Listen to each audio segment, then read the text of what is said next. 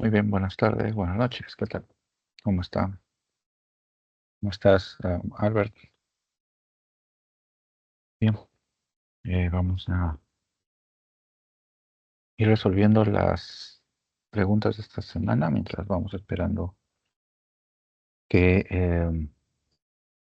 se unan, ¿no? Para plantear sus preguntas. Bueno, esta semana nos corresponde la literatura española, ¿sí? Específicamente el periodo del Siglo de Oro, ¿no? Que ya se abordó la semana pasada.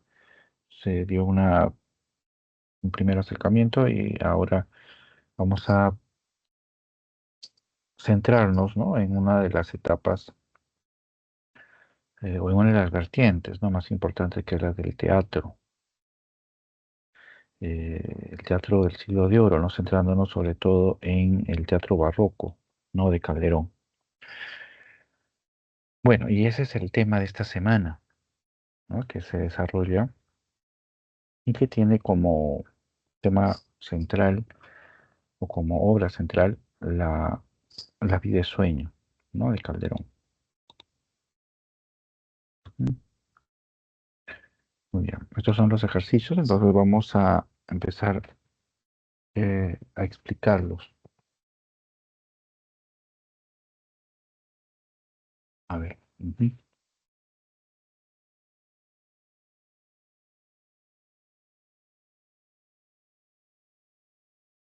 ya, correcto.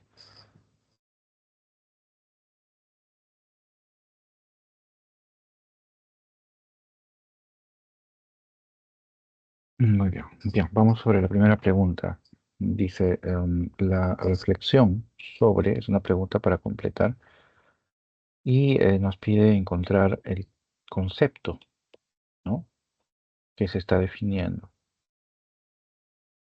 Dice, la reflexión sobre es una de las características del periodo barroco español, ¿no? Una muestra de ello es que el teatro cortesano del siglo XVII tiende a cuestionar la representación de la vida, ¿no? Aquí la clave es la E, ¿no? La realidad y la ficción. ¿Por qué?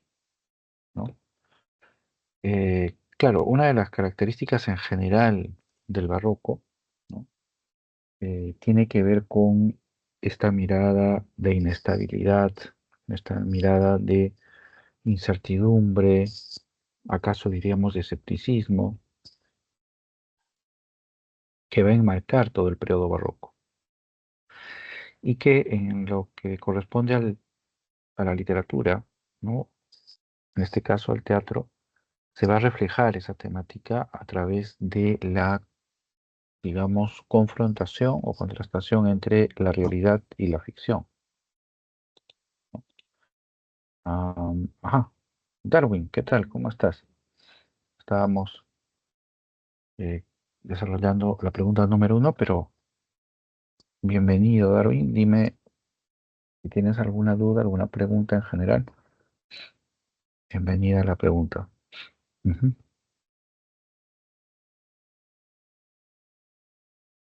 Ahí veo que ingresa también Laura. Buenas noches, Laura. ¿Sí? Recuerden que en este espacio ustedes pueden plantear sus dudas, sus preguntas. ¿Sí? Eh, si no, no problema. Estamos desarrollando las preguntas de la semana 7, ¿no? De la semana 6, ¿no? Que corresponde a esta etapa. Ujú. Muy bien, entonces yo voy a seguir desarrollando las preguntas de esta semana. Si tienen alguna duda, por favor, abran el micrófono o escriban en el chat también, ¿sí? Cualquier inquietud que tengan, yo voy a estar ahí pendiente. Ujú. Bueno, y continuamos entonces por acá. Estas son las preguntas, les decía, de la semana 6, ¿no? Vamos a ir desarrollándolas. Si hay preguntas, dudas, por favor, inmediatamente me escriben o abren el micrófono, ¿no? Ujú. Muy bien, entonces, en el caso de la pregunta uno, decíamos la clave es la E. Porque ese espíritu incertidumbre, pues espíritu de inestabilidad, ¿no? En la literatura se va a reflejar a través de este tema de la ambigüedad, ¿no? Entre la realidad y la ficción, ¿no? Se ve en esta semana se ve en el caso de La vida de sueño, ¿no? Porque Segismundo, digamos, toda la angustia que él atraviesa es motivada en gran medida por su incertidumbre de no saber si lo que está viviendo en ese momento es un sueño o no, ¿no? Y en el caso del Quijote, lo vamos a ver eh, la siguiente semana, el Quijote también, ¿no? Nos muestra un personaje que está, digamos, en esa incertidumbre, ¿no? El Quijote tiende a confundir tanto los elementos ficcionales como los elementos reales. Entonces, ahí también estamos en medio de esta característica barroca, ¿no? Que expresa bastante bien también el estilo barroco, ¿no? Por su efecto recargado, por su inestabilidad, ¿no? Que es lo que sobre todo va a marcar al barroco. Ujú. Muy bien. Entonces, las demás características, bueno, se descartan porque no son, es decir, no definen la característica del barroco, ¿no? Por ejemplo, la búsqueda de belleza, el movimiento sí, pero la estabilidad no. Lo que el barroco sobre todo predica es la inestabilidad, ¿no? Porque para el barroco todo es cambiante, ¿no? Nada es estático, ¿no? Todo se está mudando constantemente o está en plena transformación. Eso es lo que produce la inestabilidad, ¿no? La erudición y artificiosidad. No es una característica, o mejor dicho, no es un rasgo exclusivo del barroco, ¿no? Y en el caso de la artificiosidad, no es un calificativo, ¿no? Que distinga realmente una cualidad del barroco. Es más una imagen prejuiciosa del barroco, ¿no? Porque comúnmente el barroco es visto como algo, como un juego de palabras, como una suerte de juego en el lenguaje, ¿no? Entonces, hay veces que al barroco se lo ve así, ¿no? Como algo artificioso, ¿no? Pero en realidad no, ¿no? El barroco tiene un lenguaje, eh, si bien es complejo, es un lenguaje que trata de reflejar precisamente ese mundo de inestabilidad, ese mundo de crisis, ¿no? Que era el que estábamos describiendo en su momento. Ujú. Y aquí el impulso de trascendencia, ¿no? Que no marca porque en realidad, este, para el hombre barroco, la vida es efímera, ¿no? La vida no es algo que trascienda necesariamente, ¿no? Entonces, ese impulso de trascendencia en realidad se distancia, ¿no? De lo que vendría a ser el barroco. Entonces, por ese motivo, la I resulta siendo la clave también, ¿no? Muy bien, vamos con la siguiente pregunta. Recuerden, si tienen alguna duda, alguna inquietud, abran el micrófono o escriban sus preguntas en el chat también, ¿no? Ujú. Muy bien, vamos con la 2. Aquí en la 2, de igual manera, ¿no? Nos plantean un enunciado que tenemos que completar. Dice, ¿no? Marque la alternativa que completa correctamente el siguiente enunciado, ¿no? El teatro presenta un estilo solemne, espíritu reflexivo, perfección formal y un lenguaje. Bueno, de acá, por los temas que hemos desarrollado, ¿no? Uno podría rápidamente señalar la respuesta, ¿no? No es tanto en ese sentido muy complicado, pero de todas maneras, ¿no? Para quien no lo tiene, digamos, muy claro, no lo recuerde, ¿no? Hay que tener en cuenta algunas cuestiones, ¿no? El teatro español barroco, ¿no? Se divide en dos vertientes, ¿no? El teatro cortesano y el teatro popular, ¿no? Y en lo que es el teatro cortesano, eh, muestra un tipo de lenguaje muy metafórico, muy figurativo, ¿no? Simbólico, ¿no? Y eso es lo que en gran medida, por ejemplo, lo va a distinguir. Y entonces vemos acá en las alternativas, dice cortesano, ¿no? Las dos vertientes, ¿no? La vertiente cortesana y la vertiente popular en el teatro. Entonces acá podríamos nosotros que encaja precisamente la alternativa A, ¿no? Que es el estilo cortesano, ¿no? El teatro cortesano, ¿sí?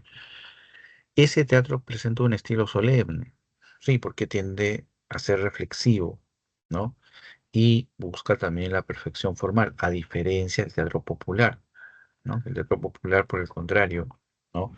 Está más concentrado en, por ejemplo, en entretener, en presentarnos, ¿no? Digamos, historias más enclavadas, ¿no? En la tradición, en lo popular. ¿No? En cambio, el otro cortesano, su carácter reflexivo, ¿no? Es mucho más, inclusive, de temática filosófica, ¿no? Muy bien, entonces, es el teatro cortesano hasta acá, y el lenguaje que maneja el teatro cortesano es el lenguaje alegórico, ¿no? Que es un lenguaje que expresa las ideas a través de símbolos o a través de imágenes, ¿no? Y entonces, en el caso del teatro cortesano, va a ir, ¿no? Desarrollando sus ideas a través precisamente de símbolos que las encarnan, ¿no? Por ejemplo, en La vida es sueño, ¿no? La imagen de Segismundo, ¿no? Encerrado en la torre, ¿no? Encerrado ahí, como ustedes recordarán, sin un motivo concreto, ¿no? Simplemente por el pronóstico, digamos, ¿no? De los astros que le dicen, ¿no? A Basilio lo que su hijo, ¿no? Podría ser en el futuro. Entonces él lo castiga. Entonces, eh, Segismundo está encerrado, está siendo castigado por algo que él no ha cometido, sino porque, digamos, está padeciendo un pecado, ¿no? Que él no ha cometido. Entonces, por ejemplo, esa imagen de Segismundo encerrado por ese motivo es una alegoría, ¿no? ¿Por qué? Porque representa la imagen del pecado original o el concepto del pecado original, ¿no? Recordarán, el pecado original es un concepto que señala el hecho de que todos, dentro de la visión cristiana o católica, ¿no? Todos nacemos con una culpa, un pecado que hemos heredado, ¿no? De Adán y Eva. Y entonces todos nacemos pecadores, ¿no? En el fondo, por la idea del pecado original. Entonces, Segismundo refleja, la obra refleja ahí ese concepto, ¿no? En Segismundo encerrado, porque la imagen del encierro es la alegoría del vientre materno, ¿no? Y Segismundo está adentro, es decir, ya está siendo castigado incluso antes de nacer, alegóricamente hablando. Entonces, el lenguaje alegórico es un instrumento, sí, del teatro cortesano muy importante, un instrumento muy importante precisamente para desarrollar esta temática, ¿no? Que se plantea. Ujú. Muy bien, nos vamos entonces a la pregunta número 3, ¿ya? Muy bien, a ver, ahí vamos, preguntas, ¿ah? Cualquier duda, pregunta, ¿sí? Pueden escribir en el chat también, ¿ya? Profesor, buenas noches. ¿Qué tal, Laura? Sí, dime. Yo tenía una pregunta en la 4 que yo puse pero creo que estaba mal. En la 4 de esta semana, ¿no? A ver, vamos a ir Sí, entonces, a ver. Acá está sí. la 4, ¿ya? A ver, la vamos a desarrollar. A ver, en el enunciado de la 4 dice, ¿qué tema desarrollado en el drama La vida es sueño se puede colegir en el siguiente fragmento? ¿Ya? ¿Qué tema? Es importante identificar de qué trata la pregunta, ¿verdad? Pero también es importante identificar si la pregunta toma algún sentido, porque por ejemplo acá dice colegir, ¿no? Colegir, como ustedes saben, es una palabra que nos está planteando una interpretación, es decir, ¿qué se puede inferir? Eso quiere decir que hay que realizar una deducción. Ya no es, la idea no es directa, sino hay que interpretar el tema, dice. Muy bien, leamos entonces a ver el fragmento. Dice, yo, dice Basilio, que es el padre de Segismundo, dice, acudiendo a mis estudios en ellos y en todo miro que Segismundo sería el hombre más atrevido. Cuando habla de a mis estudios, se refiere a la lectura de los astros, ¿no? La astrología, que era lo que Basilio practicaba, ¿no? Entonces él dice, en todo miro que Segismundo, es decir, en las estrellas miro que Segismundo será el hombre más atrevido, el príncipe más cruel y el monarca más impío, ¿eh? Está hablando de la predicción, ¿no? Que él interpreta de las estrellas, por quien su reino vendría a ser parcial y diviso, ¿no? Escuela de las traiciones y academia de los vicios, ¿no? Es decir, el reino lo va a convertir pues en un caos. Y él, es decir, Segismundo, de su furor llevado entre asombros y delitos, había de poner en mí las plantas, y yo, rendido a sus pies, me había de ver. Es decir, ¿no? Cuando él, la profecía, ¿no? La predicción era que Segismundo malvado iba a derrotar al padre, ¿no? Y lo iba a capturar o a mancillar, ¿no? A humillar, siendo alfombra de sus plantas las canas del rostro mío. Es decir, Segismundo lo va a pisar. Esa era la predicción, ¿no? Muy bien, entonces veamos las alternativas. A ver, el libre albedrío. No, este tema no va, ¿no? ¿Por qué? Porque el libre albedrío es este concepto que señala que todas las personas tienen esta libertad moral, la libertad de elegir. El libre albedrío no es cualquier libertad, es aquella libertad de elegir entre el bien y el mal, ¿no? De hacer lo correcto. Y ese es un tema muy importante dentro de la vida de sueño, ¿no? Ya, más adelante vamos a ir ahondando, pero no está aquí en este fragmento, ¿ya? Porque como hemos visto, se recalca la idea de la predestinación, que es precisamente la idea de la B. ¿Sí? La predestinación tiene que ver con el augurio, ¿no? Con la lectura que hace Basilio de las estrellas y a partir de ahí él interpreta lo que va a pasar y por eso luego termina encerrando a Segismundo en la torre, ¿no?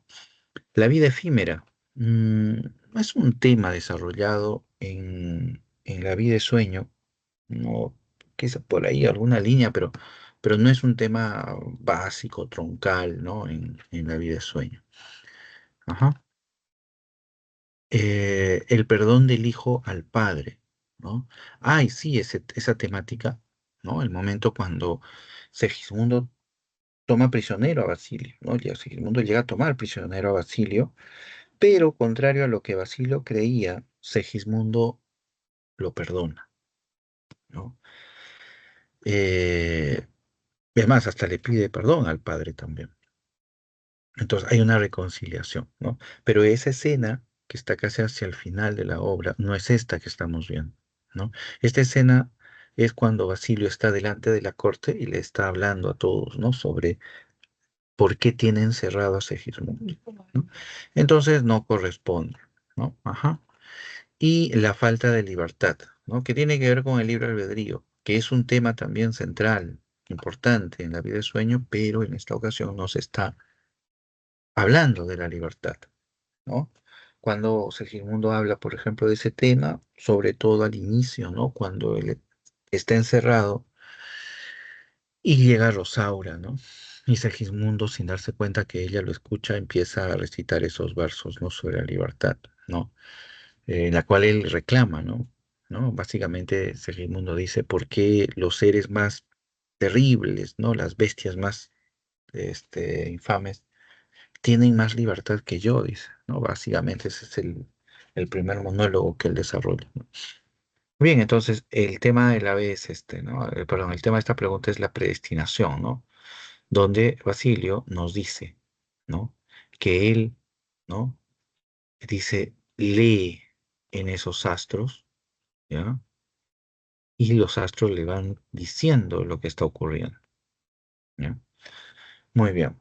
¿Sí? ¿Queda ahí claro? No sé si hay alguna pregunta más ahí. Ujú. No, No, sí entendí mucho mejor, profesor. Es que lo entendí más de otra forma de, o sea, supuestamente los pecados de Segismundo o algo así lo interpreté, no sé por qué.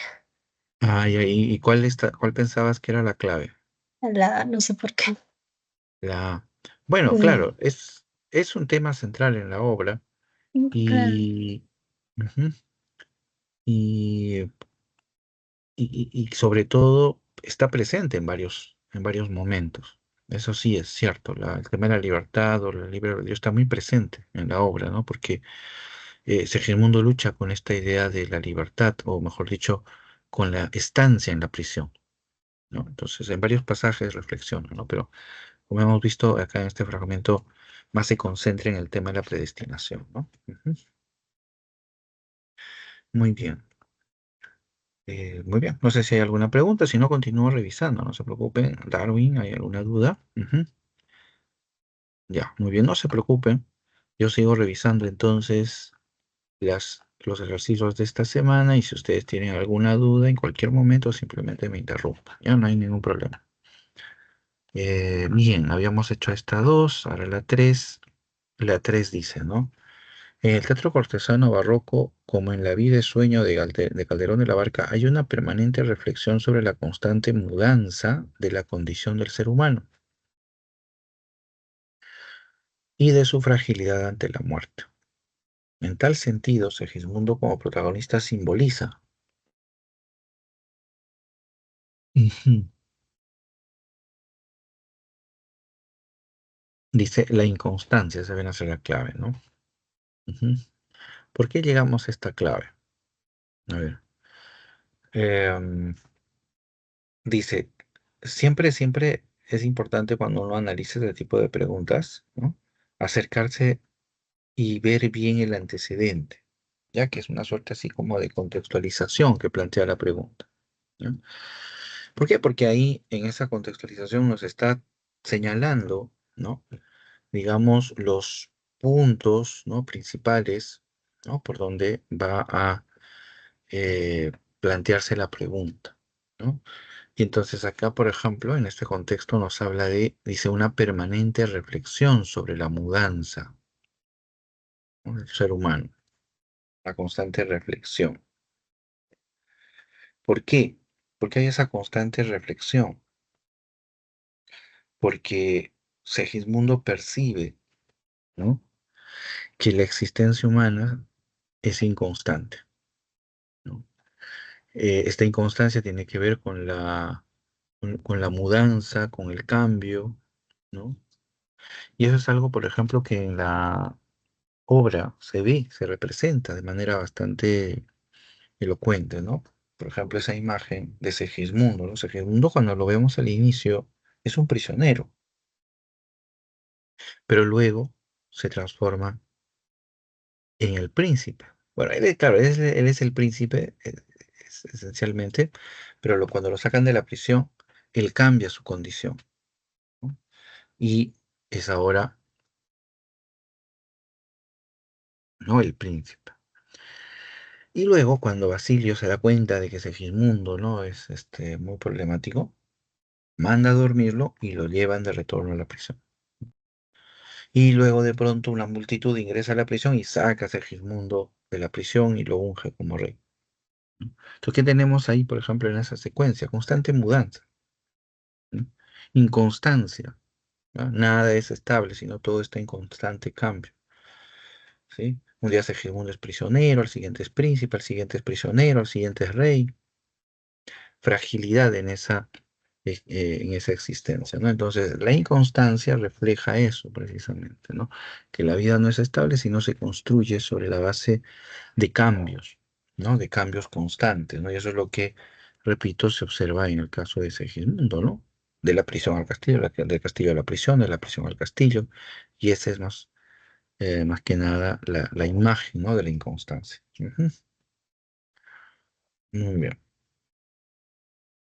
¿Por qué no la A? Como alguien puede preguntar. Dice, la voluntad de Dios frente al destino del hombre. Eh, em, Aquí en este periodo, en el periodo del barroco, la idea de la voluntad de los dioses, ¿no? Que es una idea que veíamos cuando hablábamos de la literatura griega antigua, ¿no? Está muy presente porque está muy marcado en esa sociedad. Pero en el caso ya de la época moderna en la que estamos nosotros, ¿no?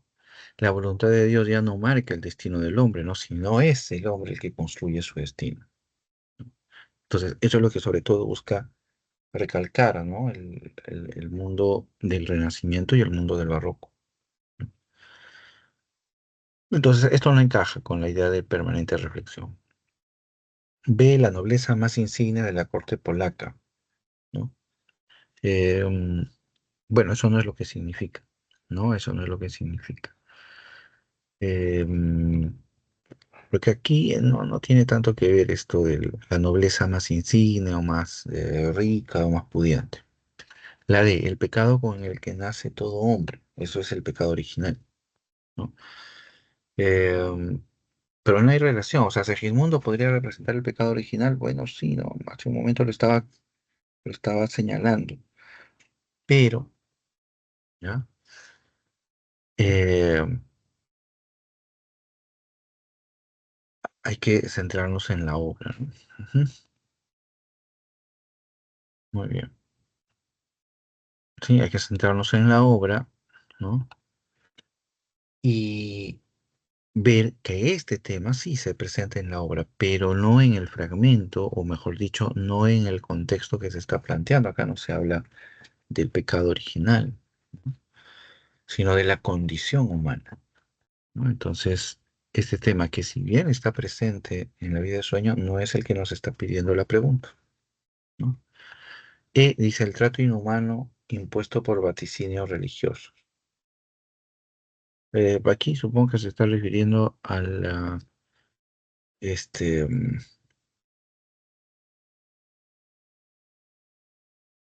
a la situación misma de ese mundo, ¿no? ¿Qué es lo que él crece abandonado, ¿no? Su padre no lo ve, a Segismundo solo conoce a Basilio, ¿no? Entonces hay un trato inhumano, sí, pero no están impuestos por los vaticinios, ¿no? Eso es más bien una imposición del padre, ¿no? Ujú. Muy bien, entonces la clave de la 3 es la C.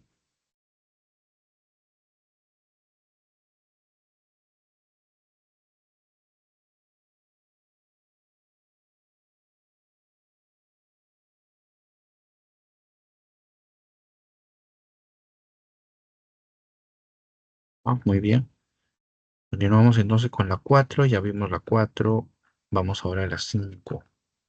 ¿Ya? Recuerden cualquier pregunta, cualquier duda, pueden abrir el micrófono o escribir en el chat. ¿Ya?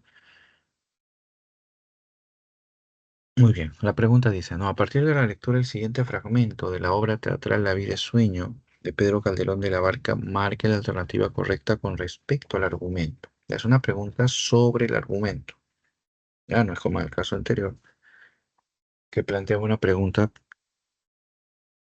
sobre un tema, ¿no? Muy bien, entonces aquí hay que leer el fragmento. Dice Clotaldo, ¿no? Recordemos, como la pregunta gira en torno al fragmento, entonces hay que recordar algunos aspectos, ¿no? Em, Clotaldo dice, ¿no? Ay de mí, triste, dice Clotaldo. Y Segismundo le responde, traidor fuiste con la ley, lisonjero con el rey, y cruel conmigo fuiste, y así el rey, la ley y yo, entre desdichas tan fieras, te condena a que mueras a mis manos. Esta es una confrontación que hay entre Clotaldo y Segismundo, que hay varias, ¿no? En la obra, ¿no? Y Segismundo le recrimina, ¿no? A Clotaldo, porque Clotaldo era el, eh, digamos, el guardián, ¿no? De Segismundo, el cuidador, ¿no? De Segismundo, ¿no? La persona encargada de que Segismundo no fuera conocido por nadie, ¿no? Se mantuviera en secreto. Muy bien, a ver, veamos las alternativas. Dice, el rey polaco Basilio decide encerrar a su hijo en una torre aislada. Mm, Bueno, acá no se puede inferir eso, ¿no? O sea, no hay ningún indicador que me diga que Basilio va a decidir encerrar a su hijo. Y además, eh, no aparece Basilio siquiera acá.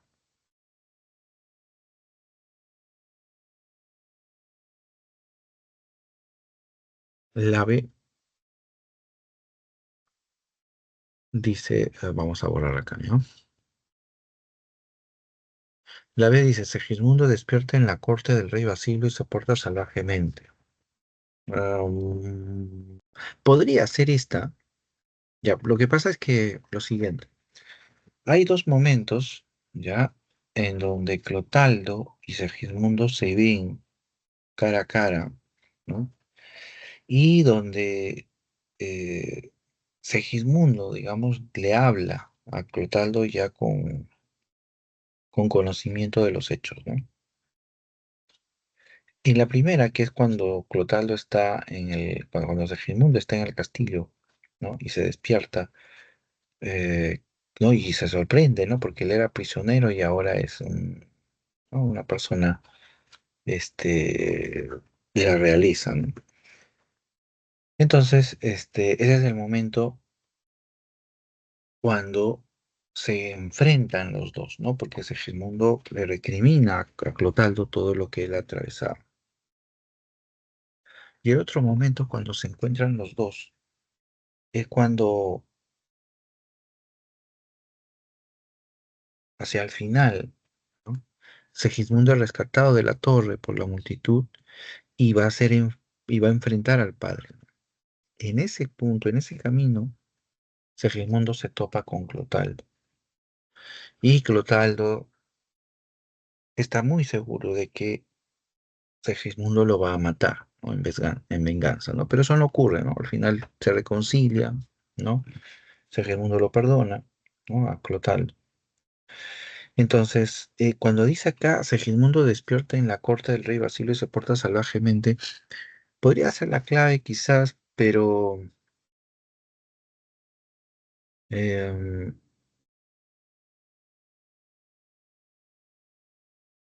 claro, ajá, en este punto, ¿no? Podría ser la clave, por eso digo, ¿no? Porque acá Clotaldo, Segismundo está confrontando a Clotaldo, ¿no? Y yo estoy más cerca todavía a ese punto, que es el momento cuando se despierta, porque cuando se topa Segismundo con Basilio en el segundo momento, ya después de que lo liberaron, la conversación va más en un tono sosegado. Segismundo no le recrimina, que yo recuerde, a Basilio, ¿no? Entonces, por ello, este fragmento B sería, ¿no? La clave, es decir, se puede inferir que Segismundo despierta en la corte de Basilio y se porta salvajemente, que eso es lo que se colige de el fragmento que se ha señalado ahí, ¿no? Pero nos sitúa en esa parte de la obra. Ujú. Muy bien. Ajá. Buenas noches, Eric. ¿Qué tal? ¿Cómo estás? Estábamos resolviendo las preguntas de esta semana. Si tienes alguna duda, sin embargo, de cualquier otro tema, ¿ya? De otra semana o de un examen, puedes abrir tu micrófono o también puedes escribir en el chat, ¿ya? Mientras tanto, yo sigo trabajando acá y ustedes simplemente me interrumpen, ¿ya? Cuando quieran plantear una pregunta. Muy bien, entonces parece que la clave es la B. Vamos a ver las demás. Clarín llega a Polonia en busca de Clotaldo para vengarse de Astolfo.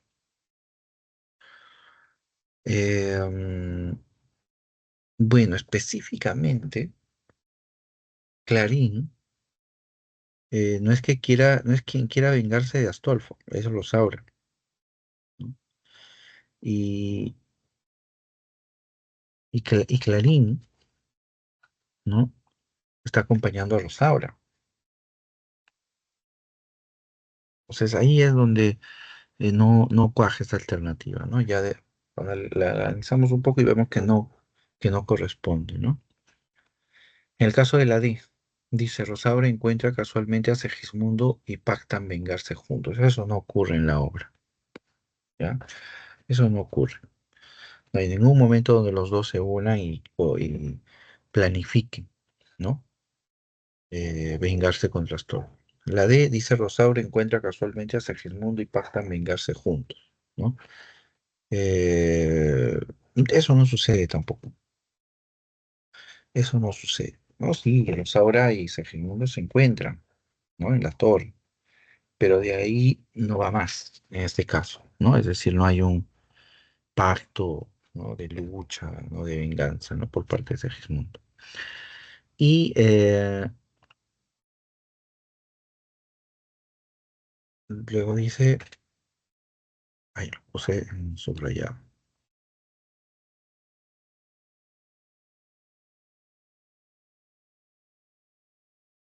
Ujú, ahí está. La E dice, Segismundo perdona a su padre, luego actúa como un príncipe sabio. Bueno, esta escena sí parece bastante cierta, es decir, está presente en la obra, pero no está en el fragmento. Ese es el detalle, ¿no? No está en el fragmento. Realmente está hablando claramente del deseo de venganza de Segismundo, ¿no? Se quiere vengar contra Clotaldo. Entonces, no está desarrollándose el tema sobre cómo eh, perdona al padre, ¿no? Ujú. Muy bien, la clave entonces es la B.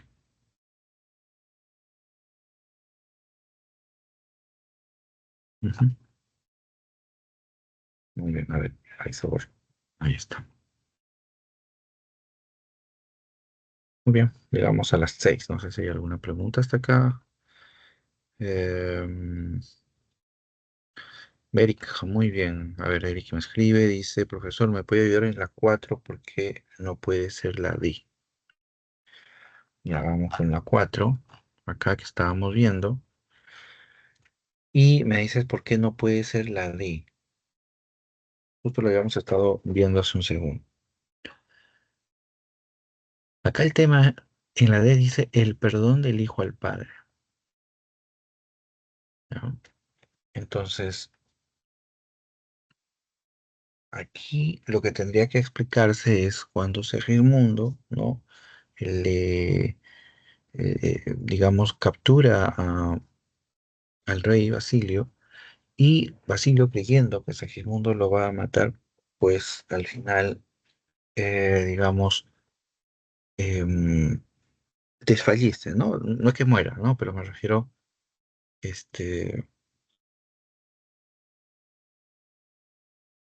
ajá, sí, ajá, correcto. Sí, ya. Entonces, a ver, en este fragmento, ¿no? Que es el centro de la pregunta, Basilio está contándole a la corte lo que ha ocurrido. ¿Y qué ha ocurrido? Que él, leyendo las estrellas, dice acá, ¿no? Las estrellas le han dicho que su hijo va a ser cruel, impío, ¿no? Y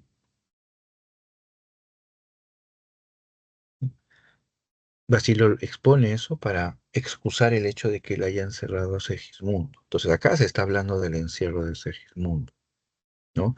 Pero motivado por una predestinación, ¿no? Entonces la de el perdón del hijo al padre no se plantea acá, porque Basilio no está demostrando que está perdonando a,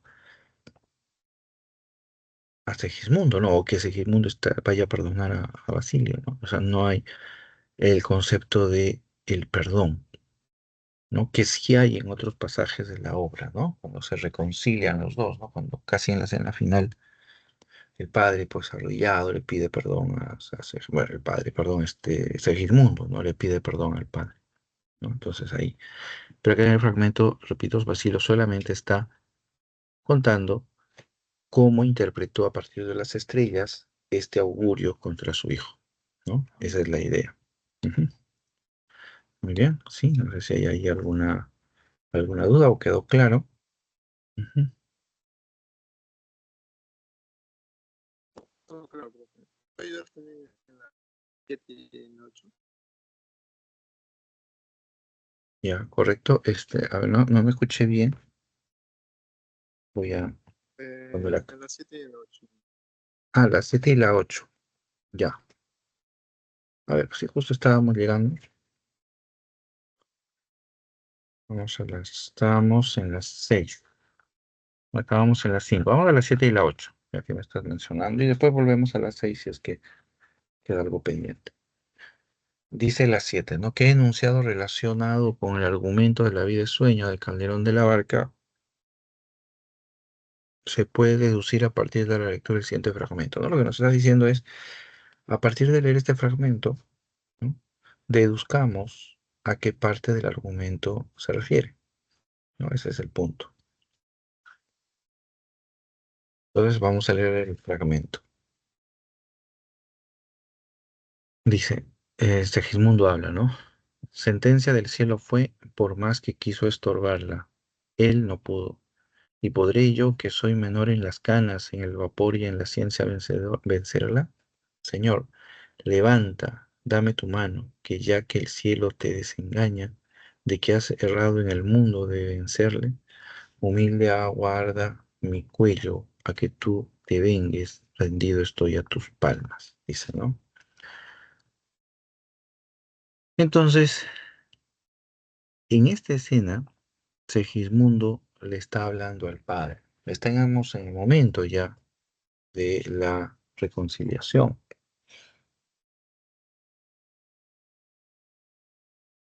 ¿ya? Pero esa reconciliación solo va a surgir, ¿sí? Con el perdón de ambos, ¿no? Entonces acá la D dice, Segismundo ha vencido a su padre y actúa como un príncipe prudente, que eso es lo que está diciendo, ¿no? Dice, sentencia del cielo fue, por más que quiso estorbarla, él no pudo, ¿no? Y podré yo, que soy menor en las canas y el valor y en la ciencia, vencerla. Ah, lo que acá está diciendo es, hubo una predestinación, dice, y Segismundo dice, no, yo qué voy a poder, este, no, enfrentar esa predestinación si mi padre mismo no lo pudo hacer, ¿no? Porque recuerden que Basilio quiso cambiar ese destino, ¿no? Y por eso mandé encerrar a Segismundo, ¿no? ¿No?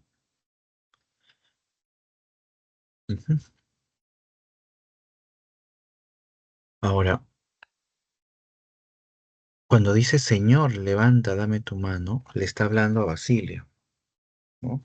Porque en ese momento Basilio creía que Segismundo lo iba a matar. O sea, Basilio ya era prisionero de Segismundo.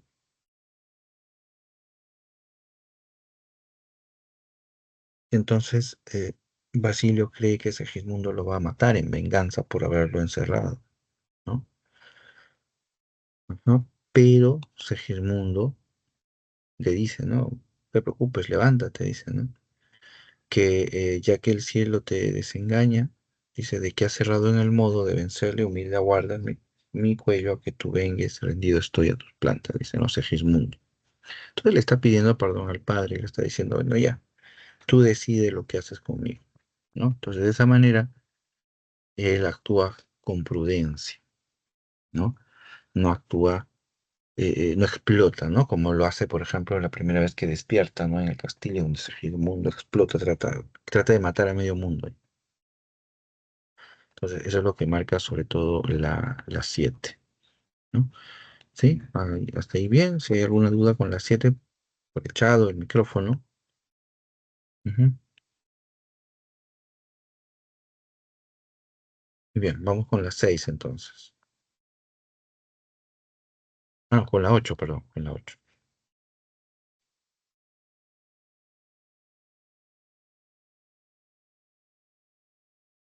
Ya, acá nos presentan un fragmento, pero así nos presentan el fragmento antes o después. El consejo es el mismo, ¿no? Lean primero el enunciado, ¿no? Y destaquen ahí cuáles son, ¿no? O cuál es el tema central que se está planteando. Ya, entonces dice, Basilio dice, ¿no? Pues dando crédito yo a los hados que adivinos me pronostican daños en fatales vaticinios, determiné encerrar la fiera que había nacido por ver si el sabio tenía en las estrellas dominio. Muy bien, a ver, veamos. Dice, marca la afirmación que contiene la afirmación correcta, dice, ¿no?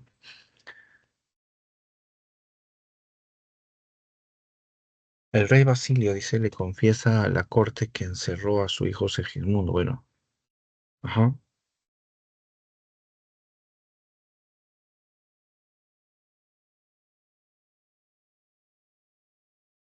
Ujú. Claro, acá, más que, eh, bueno, parece que es la A, ¿no? Es la A, claro, es la A porque sí, pues Basilio le está contando a la corte, ¿no? Que ha encerrado a su hijo. Tiene mucho que ver con uno de los textos que habíamos estado viendo, ¿no? Donde Basilio también habla, ¿no? Sobre la lectura de los astros, ¿no? Y lo que estos le dicen, ¿no? Y en el caso de aquí, ¿no? También, ¿no? Dice, pues dando crédito yo a los labios que adivino me pronosticaban daños en fatales vaticinios, determiné encerrar la fiera que había nacido. Entonces, conocedor de ese vaticinio, él decide actuar de otra manera. Entonces, el rey Basilio le confiesa a la corte que encerró a su hijo Segismundo. Ese es el contexto de este pequeño monólogo. La B, ¿por qué no? Dice, Basilio le explica a Segismundo sobre sus creencias en la lectura de los astros, ¿no? O sea, Segismundo no se define por eso, por la astrología, a la cual era aficionado su padre, ¿no? Entonces, no va la B, ¿no? Luego, la C dice, ¿no? El rey responde a sus detractores que le reprochan por su falta de criterio, ¿no? Pero ahí solamente encontramos nosotros a Basilio hablando de las predicciones, ¿no? Y su intención, ¿no? De querer ver si esas predicciones eran ciertas, ¿no? Eso es todo. Entonces aquí no hay ninguna respuesta de detractores o algo por el estilo. La D dice, juzgado en su propia corte, Basilio justifica haber encadenado a su hijo, ¿no? Eh, ya, bueno, Basilio sí está justificando su acción, ¿no? Pero Basilio no está siendo juzgado, nadie lo está juzgando. Entonces ahí es donde está el error.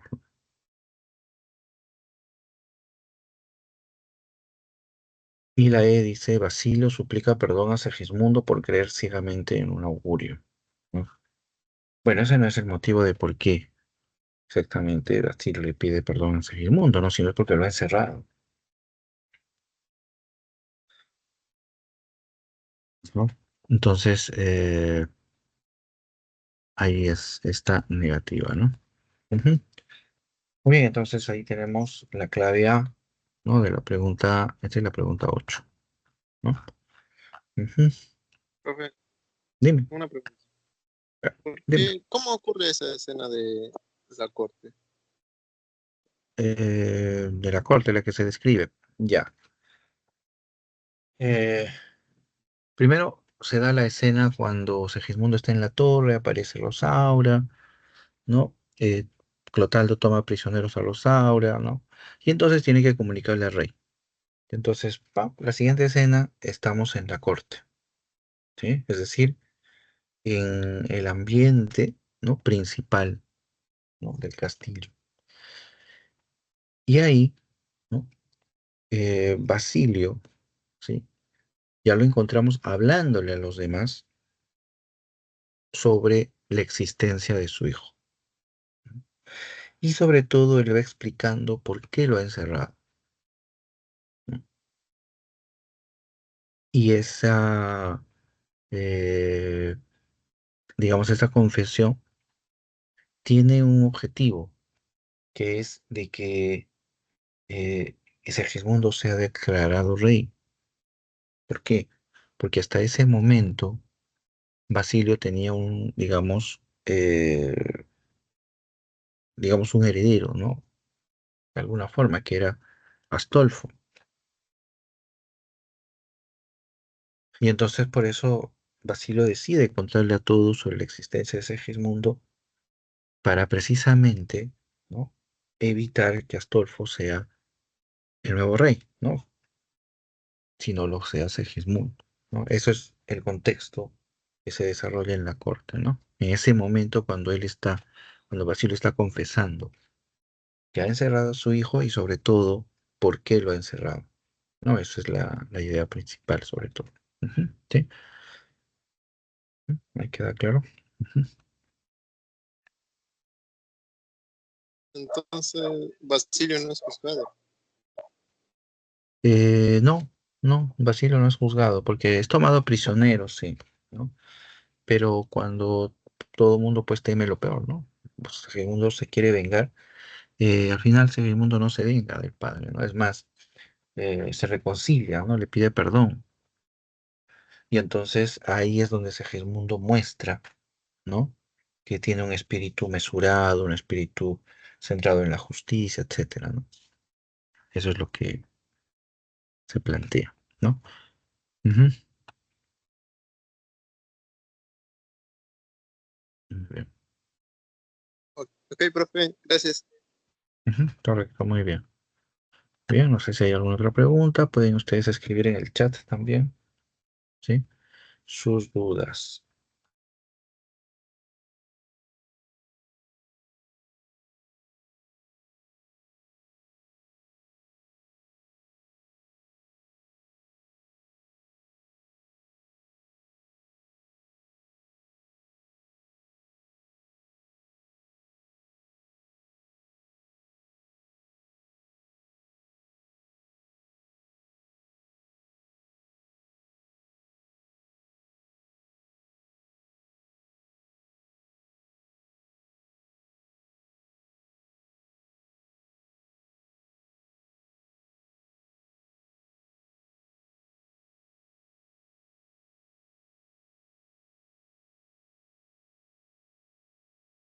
Muy bien, entonces ya hemos revisado las 8 preguntas de esta semana, así que si tienen alguna duda, alguna pregunta, bienvenida.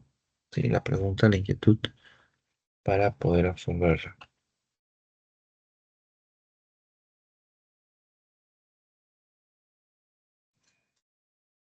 Profe, yo tengo una pregunta, pero de la semana pasada.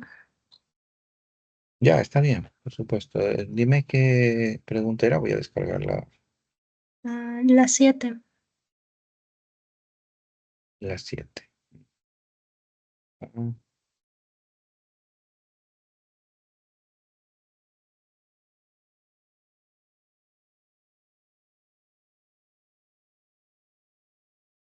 A ver, acá está, semana 5. Ujú.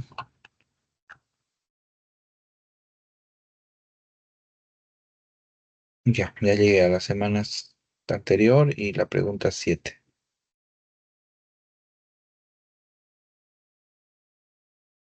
Ya, es una pregunta, digamos, medianamente, eh, digamos, sencilla, ¿ya? No sé, no es que sea sencilla, sino que se centra solamente en los conceptos y nos pone un ejemplo, ¿no? Concepto y ejemplo. ¿Qué nos está pidiendo? Dice identificar los enunciados sobre los temas del Renacimiento, ¿ya? Entonces, acá lo que han hecho es presentarnos un enunciado y luego un fragmento, ¿no? Que es el ejemplo de ese enunciado o de esa definición, ¿ya? Entonces, de las tres alternativas, la B es la clave, ¿ya? Eso quiere decir que este tercer enunciado es falso, entonces nos detenemos. Ya, los anteriores son verdaderos, está hablándose de un terceto, y aquí, ¿no? El tema del locus amoenus, ¿no? Que es la descripción y la exaltación de la naturaleza, ¿no? Entonces acá en la 4 dice el tópico Beatus Silie se interpreta como la idea de que el ser humano no tiene ninguna posibilidad de sobreponerse a su destino. Y eso es falso porque esa no es la definición de el Beatus Silie. El Beatus Silie se traduce como la descripción de la convivencia armónica entre el hombre y la naturaleza.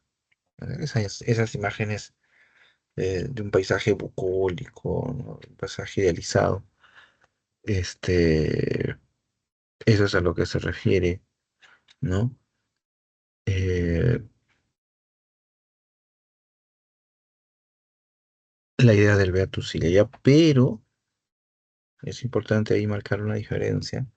El Beatus Ileia nos presenta a nosotros, la idealiza, la naturaleza, pero la presenta como un refugio, ¿no? Un escondite. Siempre cuando se aplica este tópico del Beatus Ileia, los poemas siempre mencionan a un personaje que está huyendo, ya sea del caos, del mundano ruido, etcétera, ¿no? Y trata de encontrar refugio y ese refugio lo va a encontrar en la naturaleza, ¿no? Eso es lo que canta el Beato Silvio, ¿no? La exaltación de la naturaleza. ¿Mm? ¿Sí? Ahí me dejé entender. Si no, la pregunta, ¿cuál era lo que te producía más dudas? Ah, era la 3 y era porque Beatus sí le, o sea, este, del, ¿cómo se dice? Del párrafo que está ahí, o sea, sí, sí es Beatus Sile como tal, pero, o sea, la definición que hice ahí está mal, entonces, Sí, esa fue el distractor, mm, digamos, de la pregunta, ¿no? sí, Ajá, tienes razón. No, ahí es la idea de que el ser humano no fue ninguna. Eso es más, esa es una característica del barroco, sí, pero no tiene que ver con el Bertusilla, sino tiene que ver con el concepto de destino, ¿no? En la Edad Media, en el Renacimiento barroco, existe esa idea del destino, pero este eh, también se considera, ¿no? La voluntad del ser humano. ¿Ah? Es decir, entonces el destino no tiene nada fijado, sino que va a depender también del ser humano. No es como Segismundo. Al final Segismundo se enfrenta también a su destino, ¿no? Ser un rey cruel, etcétera, ¿no? Pero al final logra, ¿no? Sortear eso, ¿no? Eh, y eso es lo que se plantea, ¿no? Ujú. Sí, muy bien, sí, me dejo entender ahí. sí, profesor, ahora sí entendimos. Ya, muy bien. Ujú. Ah, y la 4 De esa misma semana, sí, vaya,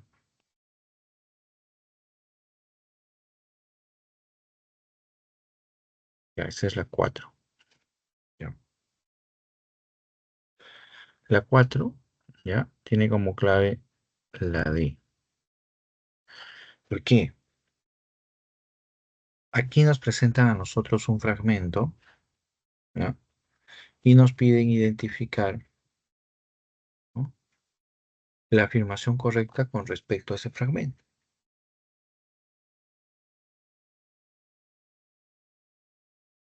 Entonces, algo así como, eh, ¿qué es lo que está pasando en el fragmento, ¿no? Entonces, en el fragmento lo que nosotros leemos dice, ¿no? Quédanse solo los cuatro, todo el mundo se marchó y tanta maldad me evitaron los infantes de Carrión. Entonces, acá está hablando de los infantes. ¿Y en qué momento de la obra ellos se quedan solos? Los cuatro se quedan cuando están en el Robledal de Corpes, camino hacia Carrión, y llevan consigo a sus esposas, ¿no? Elvira y Sol. Pero estos malvados infantes lo que habían planeado era vengarse del Cid con sus hijas. Y por eso que las maltratan, las humillan, las golpean, ¿no? Y las dejan abandonadas, ¿no?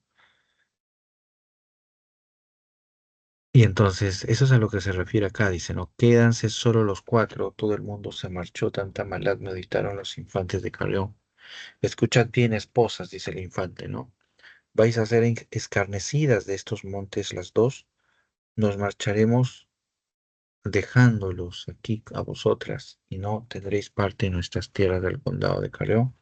Luego con estas noticias irán al campeador y quedaremos vengados por aquello del león. Es la venganza, ¿no? Le están hablando de las hijas, les están diciendo lo que les van a hacer y también les advierte, ¿no? Que su padre no se meta. Entonces, eso es lo que podemos percibir en la 4, ¿no? ¿Por qué no la A? Porque esta escena no está en la sección 2 del cantar, sino en la 3, ¿no? Precisamente subtitulado La afrenta de Corpus, ¿no? Ujú. Muy bien.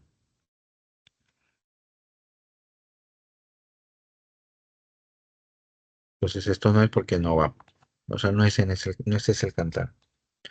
Los infantes de Navarra y Aragón ya han pedido las manos de las hijas del Cid. No, eso es posterior.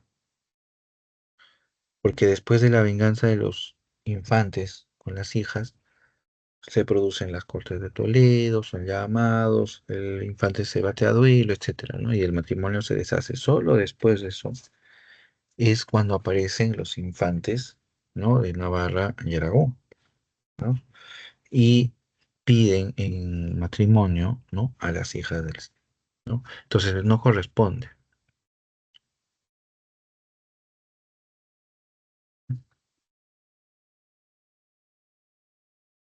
La C dice, los yernos del campeador se disponen a asesinar a doña Elvira y doña Sol.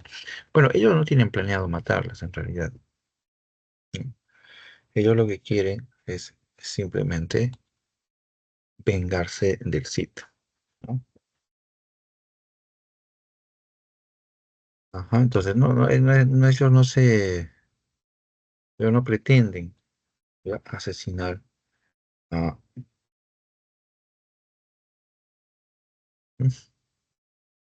Y la E dice, Diego y Fernando González azotan a sus esposas en el condado de Carrión, ¿sí? Eh, Don Diego y Fernando González azotan a sus esposas en el condado de Carrión. ¿Ya? Ahí se invalida claramente porque ellos todavía no están en Carrión, ¿no? Todavía no están en Carrión. Así que, ¿no? Si queremos especificar el espacio, el ambiente, pues hay que marcarlo, ¿no? A ver, ¿dónde está? Acá. Ujú. Muy bien. Sí, esa era la 4. ¿Sí? ¿Queda claro la 4 o alguna pregunta? Ujú. Sí está claro, profe. Ya, muy bien.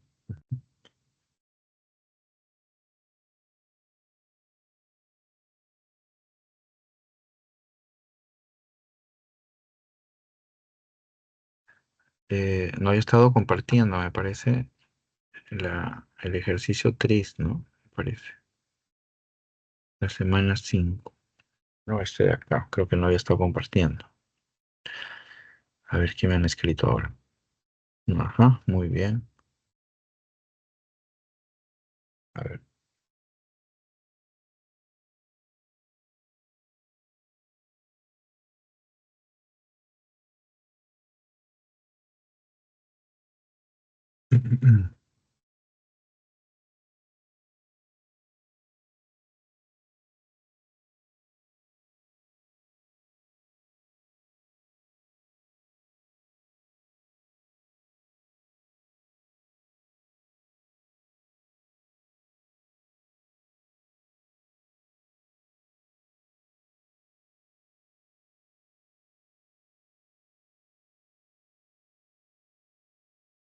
Ajá, a ver si hay alguna otra pregunta, alguna duda. Pueden ser también preguntas de esta semana, pueden ser preguntas también, ¿no? De las semanas anteriores, ¿no? Ujú. Vale.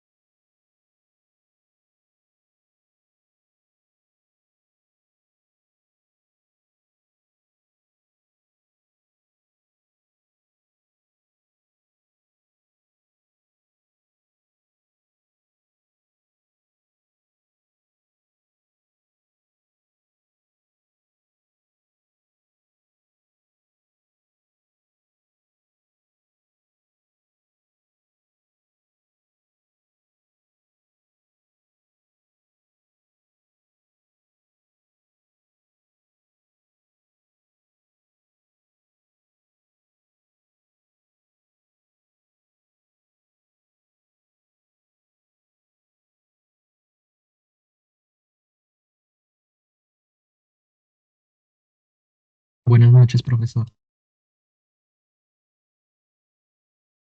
Buenas noches, John. ¿Qué tal? ¿Cómo estás? Profesor, una consulta. Ujú. Estaba resolviendo ahí unos ejercicios y en una pregunta decía Basilio era rey astrólogo. Entonces me quedé con esa duda. ¿A Basilio se le considera un rey astrólogo? Bueno, puede ser un calificativo que se le puede dar, ¿no? ¿Por qué? Porque Basilio era aficionado a la astrología, es decir, esta suerte de creencia, ¿no? O capacidad, digamos, ¿no? De leer los astros, ¿no? Es decir, leer las estrellas, descifrarlas, interpretarlas, ¿no? Para encontrar mensajes, ¿no? Sobre el destino, la vida, ¿no? Y eso es lo que practicaba Basilio, ¿no? Esas creencias. Y es a través de la lectura de estrellas, donde él interpreta la predestinación sobre Segismundo, ¿no? Ahí en la imagen de Basilio se está reflejando también una característica del barroco, ¿no? Que no se menciona en la separata, porque, bueno, tal vez no es una característica así muy descollante, ¿no? Pero lo que pasa es que en el mundo barroco del siglo XVII, eh, esta suerte de crisis, de duda, de escepticismo que se vive, lleva, ¿no? A los seres humanos, a las personas, a depositar su confianza en las falsas creencias, ¿no? ¿No? En estas pseudociencias, en estas eh, creencias, ¿no? Que ya rozan, ¿no? La, la superstición, por ejemplo, ¿no? Entonces, se vuelve un tema muy fuerte, ¿no? Así como en la Edad Media, ¿no? La idea de la religión era fuerte, potente, ¿no? En esta época del siglo XVII, esas creencias oscuras, misteriosas, ¿no? Se vuelven también muy presentes, están muy presentes en el pensamiento. Y eso es lo que refleja Basilio, ¿no? La fuerza de esas falsas creencias, ¿no? Eh, como es la astrología, por ejemplo, ¿no? Entonces, eh, sí, el calificativo puede encajar, ¿no? Dentro de Basilio como el rey astrólogo, ¿no? Es una expresión un poquito coloquial, ¿no? Un poquito como que sale de lo formal, pero sí puede ser un calificativo que se le puede dar. Ujú. Ok, profesor, muchas gracias. Ajá, correcto. Ujú.